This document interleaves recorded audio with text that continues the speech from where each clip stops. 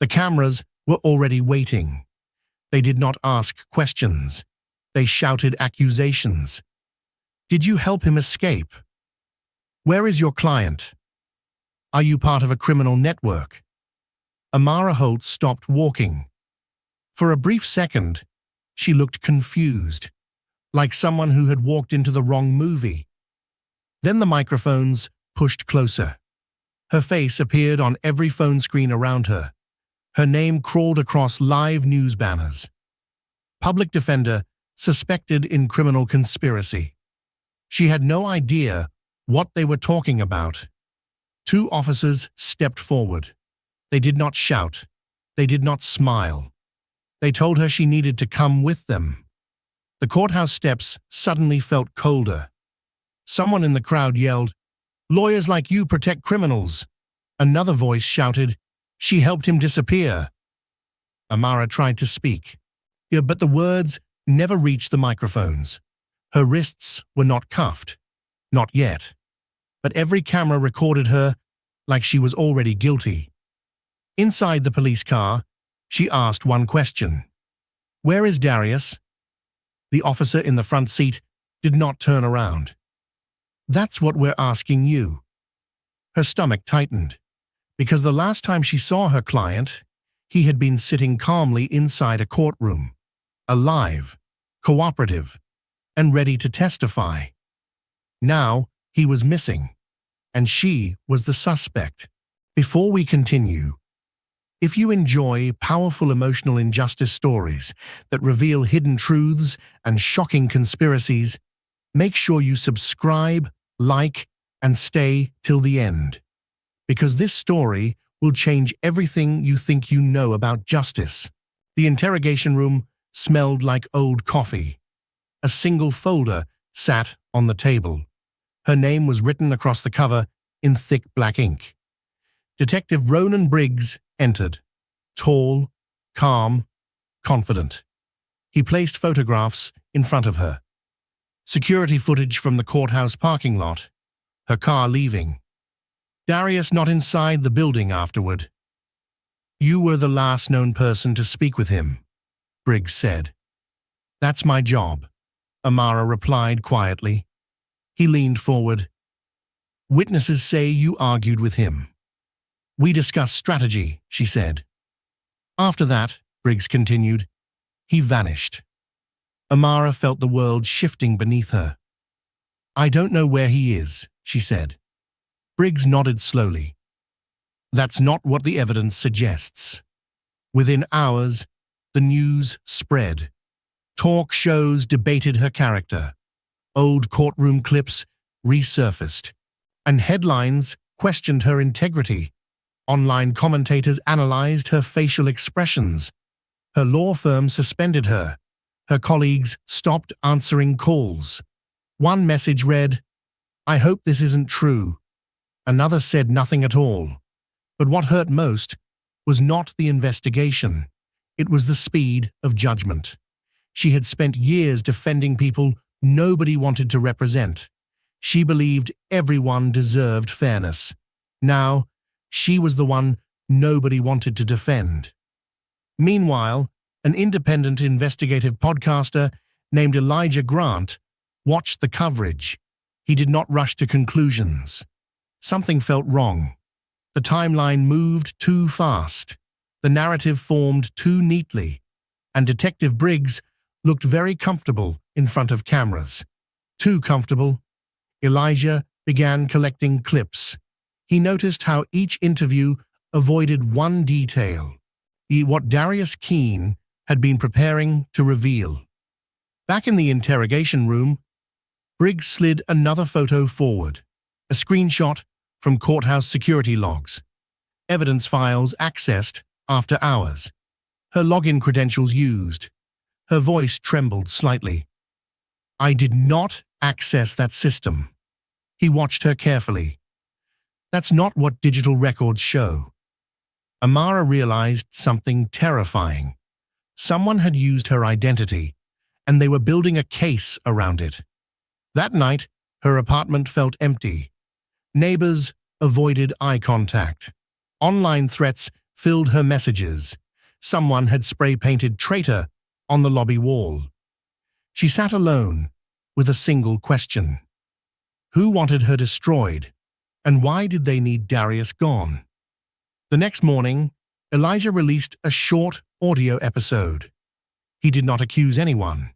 He only asked questions. But why were surveillance cameras offline for 10 minutes during Darius's disappearance? Why were certain evidence files edited after police seized them? Why was the investigation already labeling Amara guilty? The episode spread quietly, not viral, but persistent. And somewhere inside the city, someone began watching Elijah too. Late that night, Amara received an anonymous message. No name, no number, just a single sentence. Your client did not run. He was taken. She stared at the screen. Her pulse raced. Before she could respond, another message appeared. Stop trusting the investigation. Then the account vanished. Amara finally understood something. This was not about one missing defendant. This was about something much bigger. And someone had decided she was the perfect scapegoat. 3 months earlier, the case had looked simple. Darius Keene sat quietly in the legal aid waiting room. No flashy suit, no criminal record, just a nervous man holding a thin folder. He requested a public defender instead of a private attorney. That alone was unusual. When Amara met him, he spoke softly. I need someone who cannot be bought, he said. She thought he was exaggerating. Most clients did. He was charged with financial fraud, tied to a large corporate contract. The evidence looked strong, but something in his eyes suggested fear, not guilt. During their first meeting, he asked unusual questions. Do you trust courthouse security? Do police always protect witnesses? She answered cautiously. Why do you ask? He hesitated. Then he whispered, because the people accusing me are connected to powerful networks. She had heard similar claims before. Clients sometimes believed in conspiracies, but Darius did not sound dramatic. He sounded exhausted. Days later, he handed her encrypted documents, financial ledgers, offshore accounts, strange transfers connected to political organizations. This is not just fraud, he said. This is a system. Amara realized the case was shifting. From defense strategy to potential whistleblowing. She encouraged him to testify formally. He agreed, but only after placing safeguards, encrypted backups, recorded statements, hidden copies.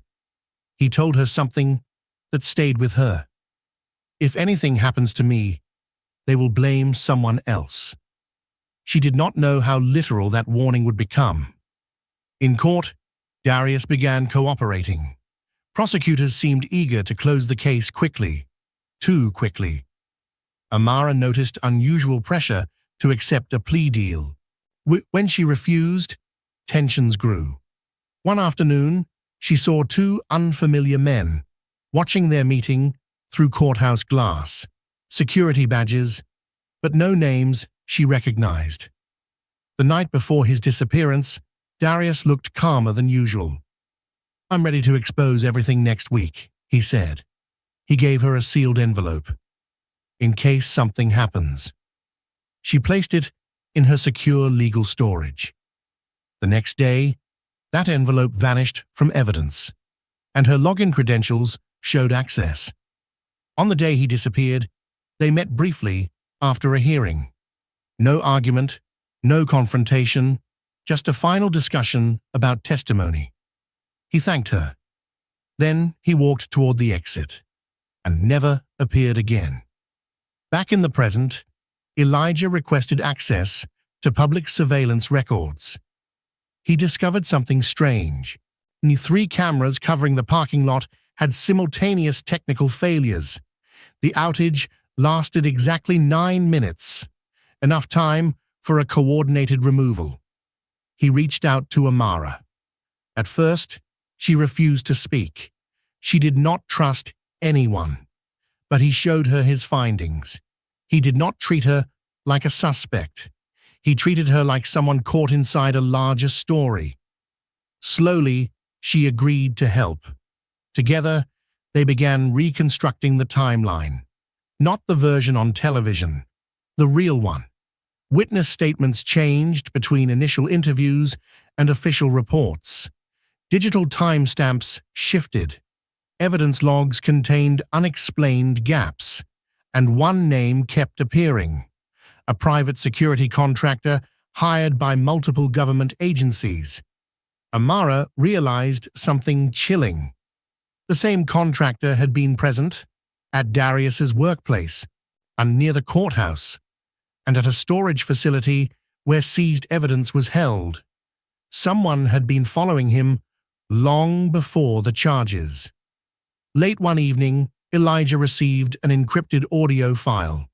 A disguised voice warned him, "You are digging into protected territory." He hesitated for the first time.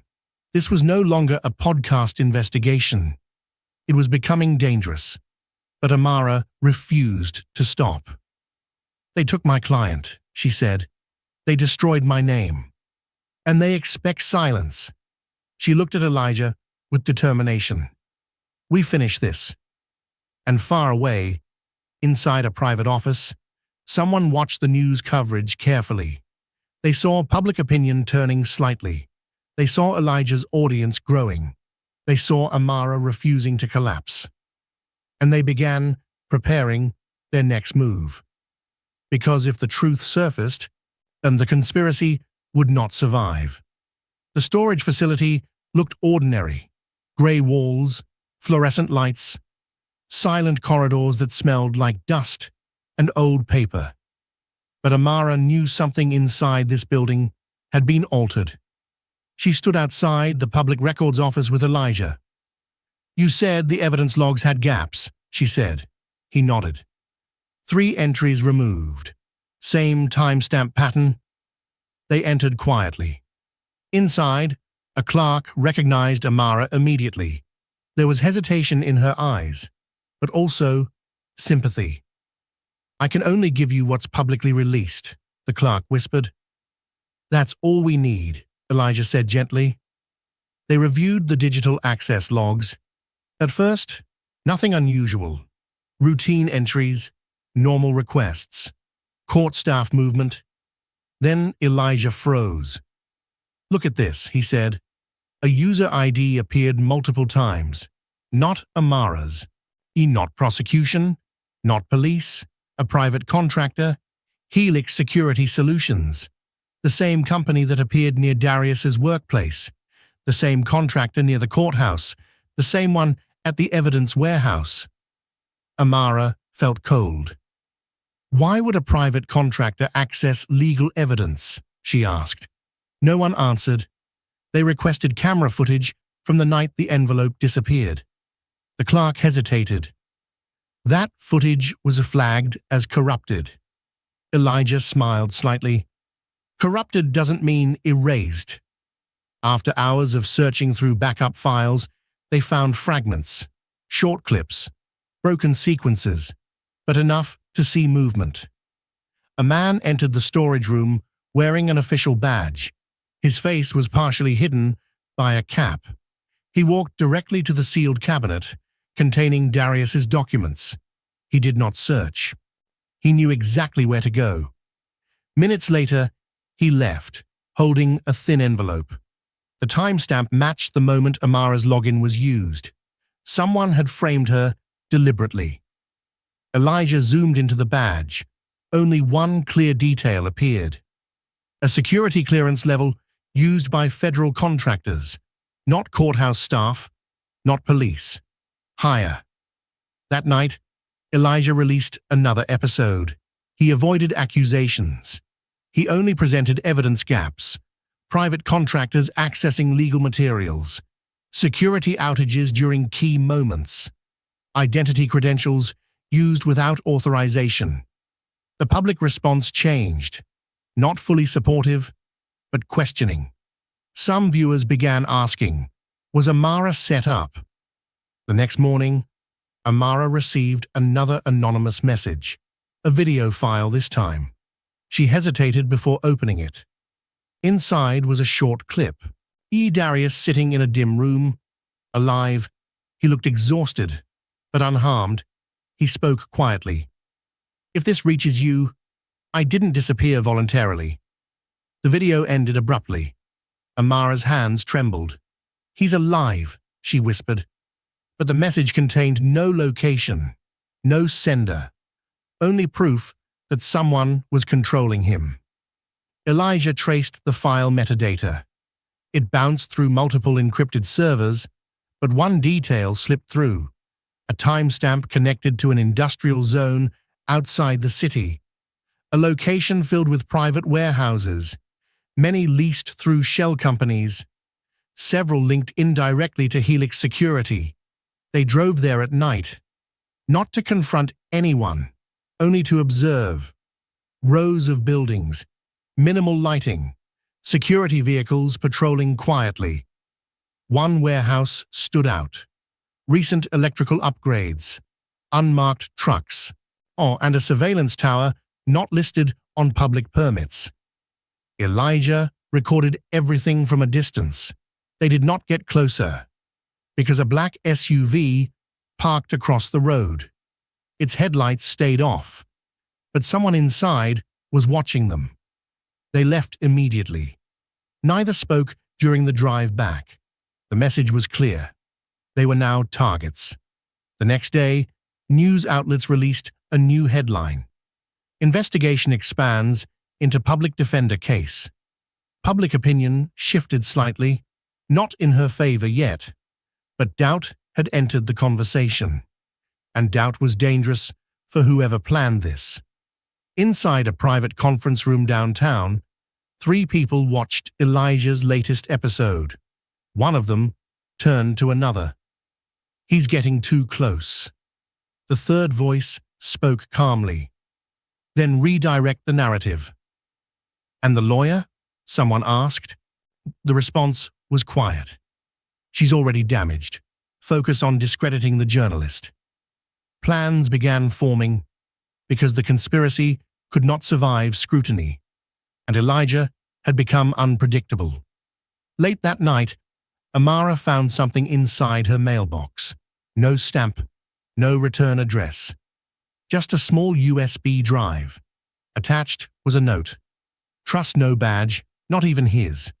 She stared at the words, because she knew exactly who his referred to. Detective Ronan Briggs. Amara did not want to believe it. Detective Briggs had been calm, professional, consistent, but the note lingered in her mind. Trust no badge. She met Elijah in a quiet cafe. They plugged the USB into an offline laptop. Inside were financial records, invoices, consulting contracts, private payments, all connected to Helix Security, and one name appeared repeatedly: Ronan Briggs. The payments were labeled as training consultations. Dates matched periods before major arrests, including Darius's. Elijah leaned back slowly. This means he had a relationship with them before the investigation. Amara's voice was quiet. And he led the case against me. They dug deeper. Public records showed Briggs previously worked in a task force funded by private security grants. Several operations involved corporate clients. Some were controversial, others sealed. But a pattern emerged. Cases where key witnesses disappeared, evidence chains questioned. Defendants publicly condemned early. The same strategy repeated. Build a narrative first. Secure public opinion. Then manage the facts. Elijah interviewed former colleagues anonymously. No one detective described Briggs as media savvy. Another said he liked high-profile outcomes. A third refused to speak after learning what the questions were about. Fear spread quickly. Meanwhile, Briggs held a press conference. He spoke confidently. He reassured the public. The investigation remains focused, he said. There is no evidence suggesting misconduct. He looked directly into the camera when he said it, as if speaking to Amara personally. Later that night, Elijah received a call from an unknown number. A voice whispered quickly, "I work security at Helix. I saw transfers involving Briggs." The caller sounded terrified. "I can't talk long. They monitor everything." They agreed to meet in a crowded public park the next afternoon. Amara watched from a distance as Elijah waited. Minutes passed. People walked dogs. Children played nearby, but the source never arrived. Instead, a news alert appeared. Former security contractor found dead in vehicle. No foul play suspected. Elijah stared at his phone. The timing was too precise. The message was clear. Witnesses were being silenced through fear. That evening, Amara reviewed her interrogation recordings again. She noticed something new. Briggs repeatedly guided questions toward one conclusion. He never explored alternative suspects. He never asked about private contractors. He pushed one narrative relentlessly: her guilt. Elijah released another episode. This time, he exposed financial ties between investigators and private security firms. He did not accuse directly. He only presented documents. The public reaction was explosive. Online discussions surged. News outlets began independent inquiries. And then suddenly, Briggs faced questions he could not easily dismiss. Late that night, Amara's phone rang. A distorted voice spoke calmly. "You are damaging powerful people." She remained silent. "You can still walk away," the voice continued. "Drop the investigation. Accept a plea. Rebuild your life." She felt anger rise. "You framed me," she said. The line went quiet. Then one final sentence. "You were never the target. You were the distraction." The call ended. Amara finally understood. The conspiracy was never just about Darius. He was the threat. She was the shield used to hide him. And Detective Briggs might be more than a biased investigator. He might be part of the machinery. Across the city, surveillance cameras captured Elijah leaving his apartment. A car followed him at a distance. Inside, someone spoke into a phone. "Yeah, they are connecting the pieces." A pause, then a cold reply from the other end. "Accelerate phase 2. And somewhere unknown, in a locked room with no windows, Darius Keene watched a small television. He saw Elijah's face. He saw Amara's name. He whispered quietly to himself. They didn't stop. Hope returned to his eyes. But outside his door, footsteps approached. Because the people holding him captive had also seen the news, and they were preparing their next move. The email arrived at 2:13 a.m. No subject line, no greeting, only one sentence. "I saw where they moved him."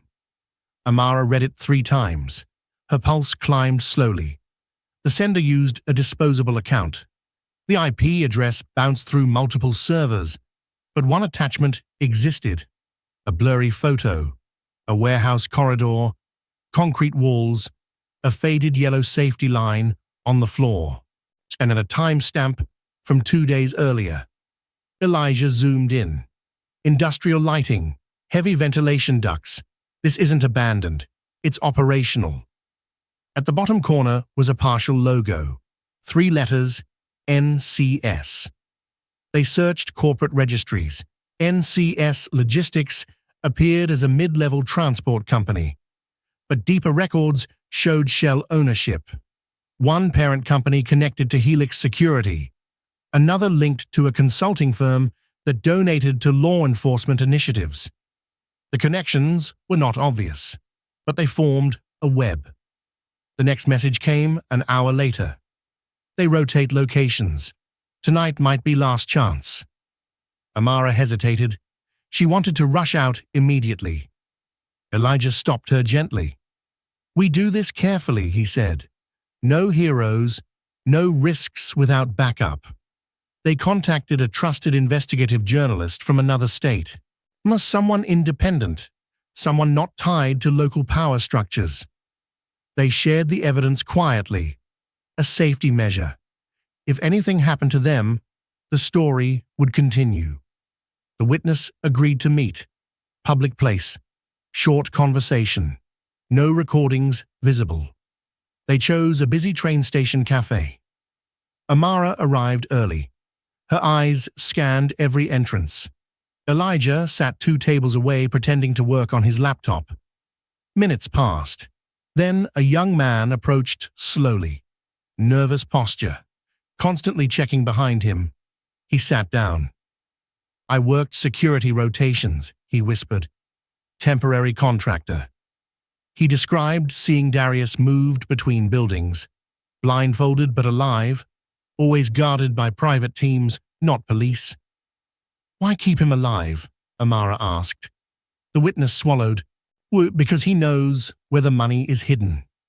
He handed her a folded paper, a partial floor map, marked corridors, restricted access doors, a loading dock used only at night. But before he could say more, his phone vibrated. He froze. "They're tracking me," he whispered. His eyes widened. "I shouldn't have come." He stood quickly and walked away into the crowd. They never saw him again. Hours later, news outlets reported a traffic incident involving an unidentified pedestrian near an industrial district. No details released, no names mentioned. Amara felt heavy silence settle around her. The pattern continued. Voices tried to speak, then disappeared. Fear became another weapon. Elijah published a carefully worded episode. He avoided speculation. He described how witnesses faced intimidation, how corporate contractors operated without transparency, how missing persons investigations could be manipulated. The public reaction shifted again. For the first time, large audiences questioned the official version openly. Support for Amara grew quietly, not loudly, but steadily. Meanwhile, Detective Briggs appeared on a national talk show. He spoke with confidence. He framed Amara as a desperate suspect, creating distractions. He called independent journalists attention seekers. The narrative battle intensified, because public opinion was becoming a battlefield, and both sides were fighting for control. Late that night, Amara studied the floor map again. One section caught her attention. A hidden maintenance corridor, unlisted on city permits, connected to underground loading tunnels. Elijah looked at her. "If that map is real, and Darius might be moved through service routes," she nodded slowly, "and no official cameras would capture it." They realized something chilling. The entire system might be designed to operate outside normal law enforcement oversight. Before sleeping, Amara received another anonymous message. Only 5 words. "Tomorrow changes everything. Be ready." She did not know if it was a warning or a promise, but she knew one thing. The conspiracy was becoming unstable, and unstable systems make mistakes. Morning News opened with a headline. Leaked recordings question public defenders' ethics. Clips of Amara's old interviews were edited aggressively. Sentences cut. Context removed. Expressions slowed to look suspicious. Anonymous commentators called her manipulative. Online attacks surged. Hashtags spread, accusing her of staging evidence. Her credibility came under full assault. Elijah watched quietly. "This is coordinated," he said. Bots amplified posts. New accounts appeared overnight. Paid influencers shared identical talking points. The strategy was obvious. If they could not silence her physically, they would destroy her publicly. Amara received hundreds of hostile messages. threats, insults, false accusations. Some people who once supported her now questioned her integrity. She felt the weight of isolation. But she did not stop working, because truth often stands alone before it stands strong. Elijah released a counter-episode, not emotional, not defensive, only facts. He demonstrated how videos were edited. He compared timestamps. He exposed identical wording across thousands of online posts. Digital forensics proved a coordinated smear campaign. Yet the response was immediate. Independent tech analysts confirmed his findings. Public sympathy shifted again. Not fully, but enough to create doubt about the accusations against Amara. Then something unexpected happened. A retired judge released a public statement. He questioned why a public defender had been charged so quickly. He highlighted missing procedural steps. His voice carried authority. Media outlets began inviting legal experts instead of commentators. The conversation became more serious, more analytical, and more dangerous for those hiding the truth. Inside the police department, tension grew. Some officers questioned Briggs privately. Others defended him loudly. Internal reviews began quietly. Because once public trust begins to crack, institutions react to protect themselves. Late one evening, Elijah received encrypted files from an unknown source. Inside were internal emails between corporate security executives. One message stood out. Stage 2 narrative requires emotional discrediting. Personal history angle recommended. Attached was a detailed profile of Amara's life. Her education, her family, her old court cases. Someone had studied her deeply, not as an investigator, as a target. Amara felt anger rise, but also clarity. They never saw me as a suspect, she said. They saw me as a shield to hide Darius. Elijah nodded. And now they see you as the biggest threat. That night, surveillance cameras outside her apartment malfunctioned briefly. Power flickered. Footsteps echoed in the hallway. Nothing was stolen. Nothing moved. But a single envelope appeared under her door. Inside was a photograph. Did Darius sitting at a metal table, alive, looking directly into the camera. On the back were 3 words written in black ink. Last transfer tonight. Amara and Elijah looked at each other. No hesitation now. The map, the warehouse, the maintenance corridors, everything aligned. If they were going to find Darius, the window was closing fast, and the people behind the conspiracy were becoming desperate. Across town, Detective Briggs sat alone in his office. He watched the latest news cycle. He listened to commentators questioning his integrity. His jaw tightened. He picked up his phone and spoke quietly. "They're moving toward the tunnels," he said. A pause. Then a calm voice replied, "Then it's time to end this." And in a hidden industrial facility, guards prepared vehicles under dim lights. A blindfolded man was escorted toward a loading dock. Because the conspiracy was shifting. The final phase was beginning. And the truth was getting dangerously close to the surface. The city felt different that night. Quiet, heavy, like it was holding its breath. Amara checked her phone again. The photograph still stared back at her. Darius, alive, waiting somewhere underground. Elijah loaded maps onto a secure tablet. Maintenance corridors, old subway routes, industrial access tunnels. Every line mattered. Every second counted.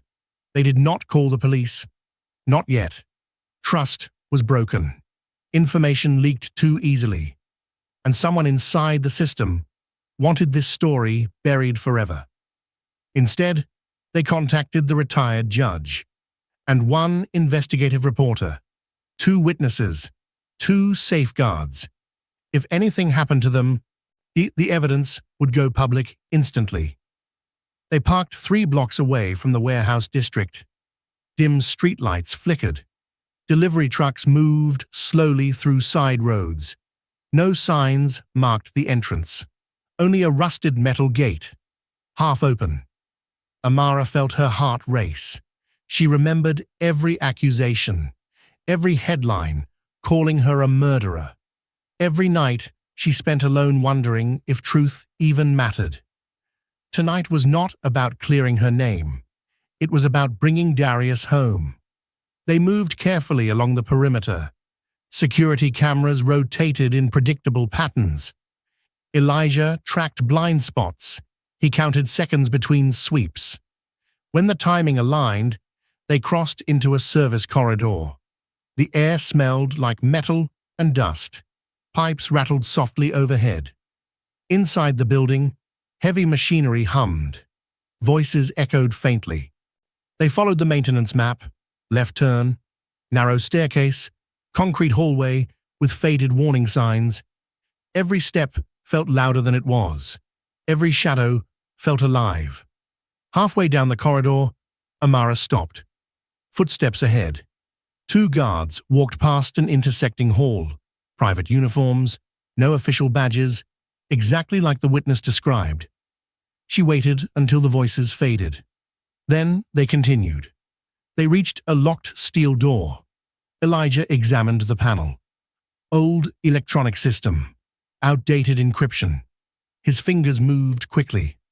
30 seconds passed. Then a soft click. The door opened slowly. Beyond it lay a descending ramp. Cold air rushed upward, and with it came distant voices. They moved deeper underground. The tunnels widened into loading bays. Vehicles idled quietly. Black vans, no license plates. Inside one van, Amara saw restraints bolted to the floor. Her chest tightened. This was not transport. This was captivity. Suddenly, alarms flickered on the walls. Low, red. Silent lights rotating slowly. Someone knew they were inside. Elijah whispered, "We have minutes, maybe less." They followed the sound of voices. Toward a room at the far end. A heavy door stood partially open. Inside, a single chair faced a metal table, and sitting there was Darius, alive, weak but alert. His eyes widened when he saw Amara. Disbelief first, then relief. She rushed toward him, hands shaking as she removed the restraints. "We're getting you out," she whispered. He nodded slowly. "They moved me every week," he said. "They wanted passwords, financial accounts, evidence." Footsteps echoed loudly behind them. Voices shouting. Guards approaching fast. Elijah scanned the hallway. "We need another exit," he said. Darius pointed toward a secondary tunnel. "Maintenance route," he said. "Leads to drainage channels." They moved quickly, alarm lights flashing brighter now, doors slamming in the distance. Someone had triggered full lockdown. Halfway through the tunnel, they encountered a locked gate. Elijah tried the panel. Dead system. Manual override required. Voices echoed closer behind them. Amara felt fear rise again. Not for herself, for Darius, for Elijah, for the truth they carried. Then Darius stepped forward. "They never checked the hinges," he said. He pulled loose a rusted bolt. Together, they forced the gate open. Metal screamed loudly, but it opened. They emerged into an open drainage corridor. Fresh air. Moonlight filtering through overhead grates. Behind them, and guards shouted angrily. But vehicles could not follow here. They ran until sirens echoed faintly in the distance. Not police, journalists. The retired judge had triggered the emergency release. Live broadcasts began instantly. The story was now public and unstoppable. The footage went viral within minutes. Live streams showed Amara walking beside Darius, alive, exhausted. Proof that the official narrative had been a lie. Media vans surrounded the industrial district. Cameras captured black vans leaving in a hurry, faces hidden, but evidence remained. Documents left behind. Surveillance servers abandoned mid-shutdown. Detective Briggs watched from his office. The news anchors spoke carefully now. Words like conspiracy and false accusation filled the air. He felt control slipping away. Phones rang constantly, and the Internal Affairs requested immediate meetings. His carefully built story began collapsing publicly. Meanwhile, Darius gave his first statement. He described being taken from a staged accident scene, blindfolded, moved through multiple facilities, interrogated about financial accounts tied to corporate crimes. He never mentioned torture, only pressure, only threats, only attempts to force silence. His calm voice made the truth heavier. Digital investigators analyzed the seized servers. They found payment logs, corporate shell companies funding private security teams, encrypted messages referencing Faye's narrative. One file described framing Amara as the primary suspect. Another referenced manipulating media cycles. Everything aligned with Elijah's investigations. Everything confirmed the conspiracy. Amara stood outside the courthouse the next morning. Crowds gathered quietly. Some people apologized. Some people simply watched. She did not speak immediately. She waited, because the truth deserved careful words. When she finally spoke, her voice remained steady. "This was never only about me," she said. "It was about how easily truth can be buried when power controls the story."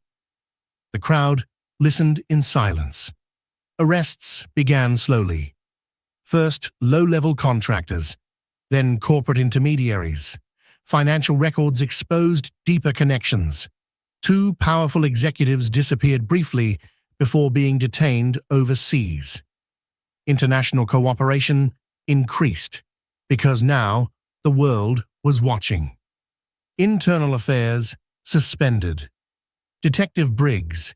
Investigations uncovered altered reports, suppressed evidence, and unrecorded meetings with corporate security representatives.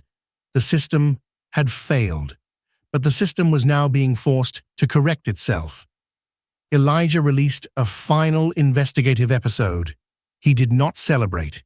He documented every step, every manipulation, every moment where public opinion nearly destroyed an innocent life. The episode ended with one sentence: "Truth survives when people refuse to look away." Weeks later, Amara received an official exoneration. All charges dismissed. Public apology issued, but emotional scars remained. Trust did not return overnight. Healing never follows a legal timeline. Darius testified before a national oversight committee. He described how private power structures exploited legal systems, how silence could be purchased, how reputations could be weaponized. His words triggered policy reviews nationwide, because this was not one isolated conspiracy. It was a blueprint. One evening, Amara and Elijah walked past the courthouse quietly. No cameras, no crowds, only city lights reflecting on glass buildings. "We survived," Elijah said softly. Amara nodded. But more importantly, truth survived. She looked up at the skyline. For the first time in months, she felt calm. Not because the fight was over, but because the truth had finally stepped into the light. The courthouse filled before sunrise. Not with chaos, with expectation. People wanted answers now, not theories, not speculation, proof. Amara walked through the main doors slowly. No police escort this time. No handcuffs. Only cameras recording the woman once called a criminal, now called the key witness.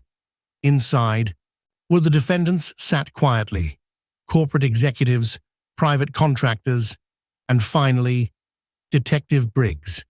He avoided eye contact with everyone, especially Amara, because today the narrative could no longer be controlled.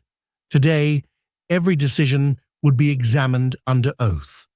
The prosecution began with timelines, clear, precise, financial transfers, encrypted messages, security footage linking private operatives to Darius's disappearance. Each piece connected carefully, like a structure that had waited years to stand fully upright.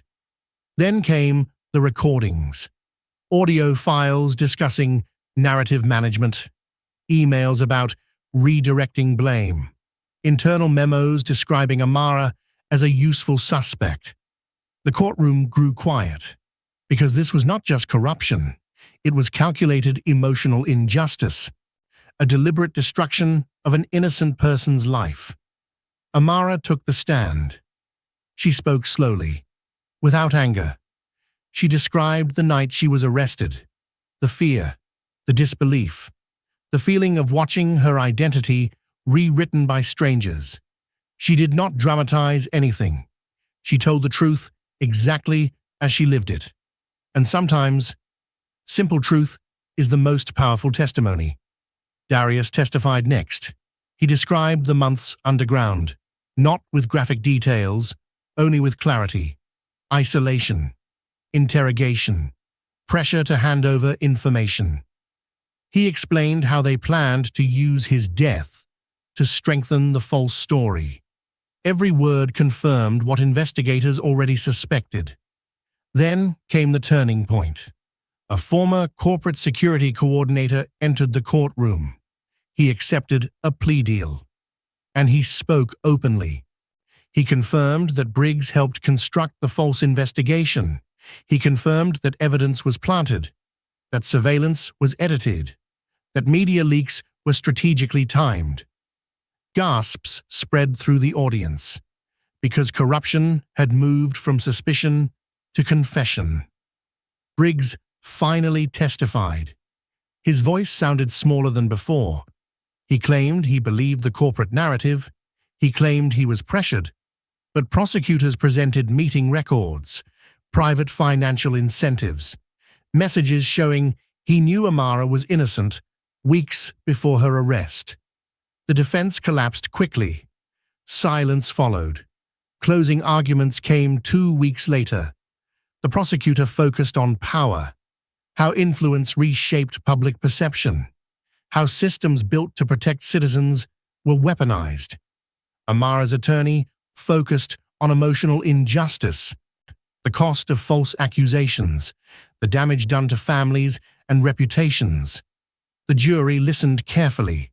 No distractions, no rushed decisions, because this trial represented more than one story. It represented accountability. The verdict arrived on a quiet afternoon. Guilty on conspiracy. Guilty on obstruction. Guilty on kidnapping and corporate criminal coordination. One by one, sentences were read. Some defendants cried. Some remained expressionless. Briggs lowered his head, not from shame alone, but from the realization that the narrative he controlled had finally collapsed. Amara did not celebrate.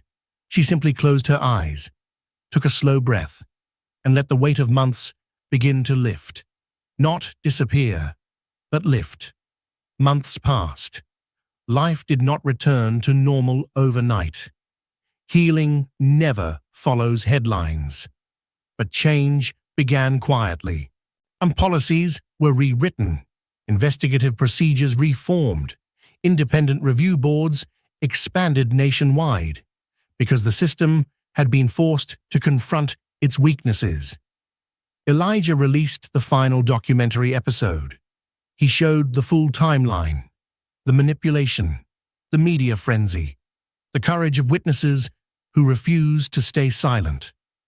The episode ended with Amara's testimony, not as a victim, but as a survivor who refused to surrender her truth.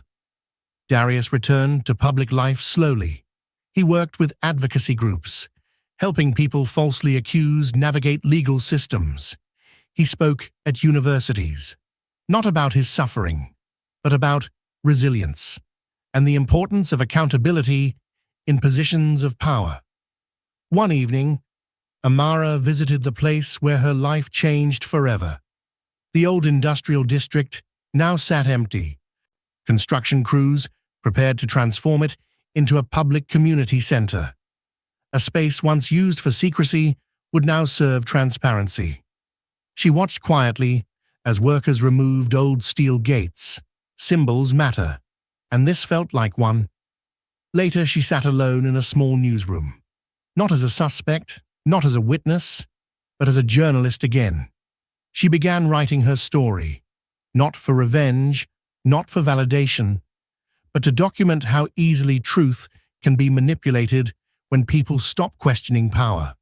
Her final paragraph read, "Truth is not loud, it is persistent, and even when buried under fear, accusation, and influence, it waits for someone brave enough to uncover it." Months later, a quiet ceremony honored her resilience. No grand speeches, no dramatic announcements, only people who had followed the story from beginning to end. They stood and applauded not just her survival, but her refusal to become bitter, her refusal to stop believing in justice. As the sun set over the city skyline, Amara walked outside. Traffic moved normally, people laughed nearby, life continued, but something had changed, not just for her, for the system, for the people who watched her story unfold.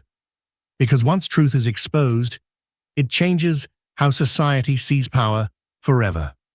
Some stories begin with injustice, some stories end with accountability, but the strongest stories are the ones where truth refuses to die.